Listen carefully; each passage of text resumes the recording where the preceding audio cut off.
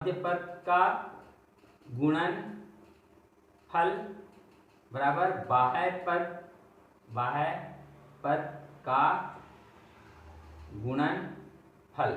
इस प्रकार से मध्य पद क्या क्या है 38 और केवल 38 है, सॉरी मध्य पद 76 और 76 गुणा ये बीच का मध्य पद इसको बोलते हैं बीच का 76 और 250 इन दोनों को गुणा करिए 38 गुणा 500। ठीक है, अब इसको गुणा करके देखना है अपने को 76 और 50 250 38 और 500 गुणा करके देखते हैं। तो गुणा करने के लिए हमको 25 छक्के डायरेक्ट आप लोग गुणा तो मालूम है आपको 25 छक्के 150 शून्य 15 25 सत्ते 175 25 सत्ते 175 15 190 ये गुणा करने पर आया। इसी प्रकार से 5 अट्ठे 40 का शून्य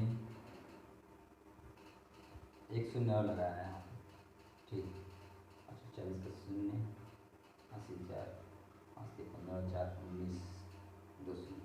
ये देखिए इस प्रकार से इसको गुणा किए तो कितना आया 250 19,000 दोनों को गुणा कर दिए तो ठीक है 25 छक्के 150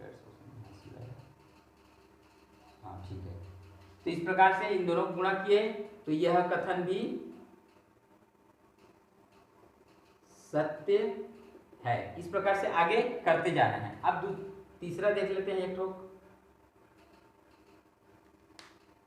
22/66 22/66 समानुपात 66/22 66/22 ठीक है।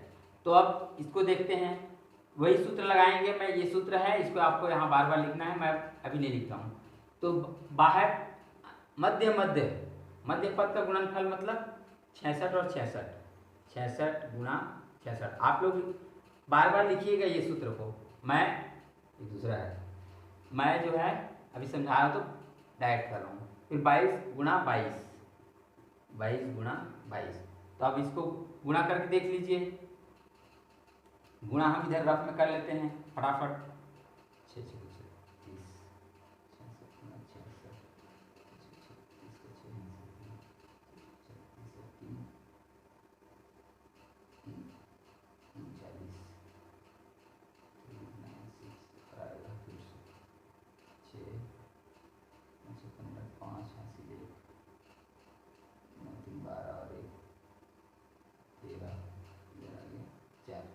तो यह आ गया 4356। इस प्रकार से गुणा कर लीजिएगा। इसको गुणा कर दीजिए आप तो 22 का 22 गुणा 22 करना है 22 44 440 हो जाएगा।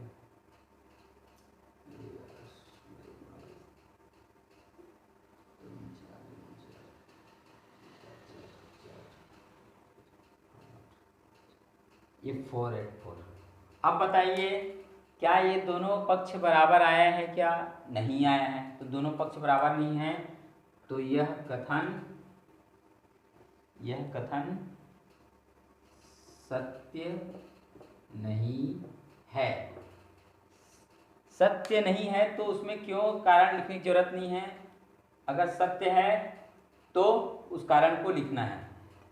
यहाँ पे पहले सवाल में लिखा था यह कथन भी सत्य है क्योंकि यह समानुपात के नियम में है। समानुपात के नियम में है। इस प्रकार से हम इसको लिख सकते हैं ठीक है। और यहाँ पे असत कथन सत्य नहीं है तो यह कथन जब सत्य नहीं है तो कारण लिखने की जरूरत नहीं है। यहाँ प्रश्न में बोला है सत्य है तो क्यों है करके लिखना है। इस प्रकार से आगे प्रश्न और बनाते जाना है आपको। एक आध दो और मैं बताता हूँ। ये पूरा 12 को दिया है।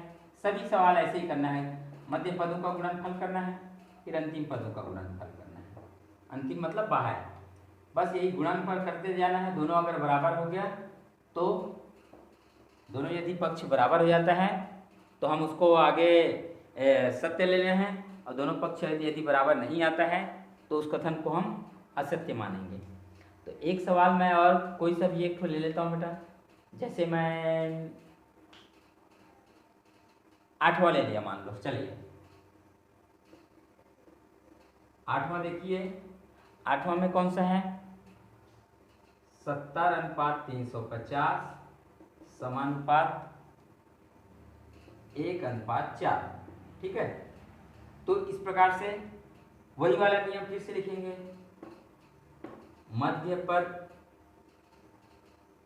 का गुणनफल और बाह्य पद का गुणनफल। बस यही नियम को हमेशा पूरे लागू करते जाना है इस पूरे 12 सवाल में। तो देखिए मध्य पद कौन कौन सा है, 350 और 1, 350 गुणा 1 और 4 गुणा 70। इसको 4 गुणा 70 लिख सकते हैं या 70 गुणा 4, एक ही मतलब है।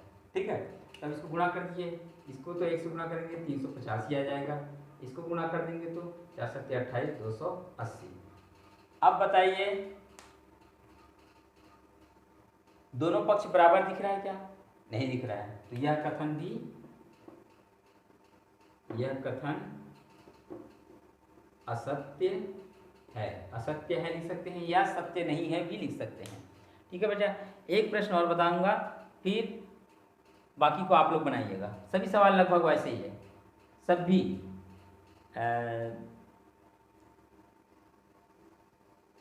11वां बना देते हैं। चलिए 11वां में देख लेते हैं, 18:24 समानुपात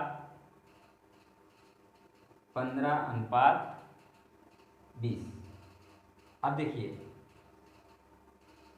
मैं क्या बताया, वही सूत्र, मध्य पद का गुणनफल बराबर बाह्य पद का गुणनफल। मध्य पद में 24 गुणा 15 18 गुणा 20, ये बाह्य पद का 18 गुणा 20 24 का, सॉरी 24 गुणा 15, ठीक है 25 लिख दिया था इधर। अब इसको गुणा करेंगे, 25 15 चौक 60, 60 का शून्य हासिल 6, 15 दूनी 30 और 6 36, इधर आ गया 360, इसको गुणा कर दिए 18 दूनी 36, ये 360। ये देखिए दोनों कथन, दोनों पक्ष बराबर है, तो यह कथन सत्य है, यह कथन सत्य है क्योंकि यह समानुपात का नियम में है। इस प्रकार से यह जो प्रश्न है आज का जो ऑनलाइन कक्षा मैं समाप्त करता हूँ। बाकी जो प्रश्न हैं आप लोग बनाइएगा, सभी सवाल लगभग वैसे ही है, सभी सवालों में यही प्रक्रिया अपनाना है, मध्य पद का गुणनफल बाह्य पद का गुणनफल। बस इस प्रकार से अगर दोनों पक्ष बराबर आता है तो सत्य मानना है, दोनों पक्ष बराबर नहीं आता है तो उसको असत्य मानना है। ठीक है बच्चों, आज की ऑनलाइन कक्षा यही समाप्त की जाती है। धन्यवाद।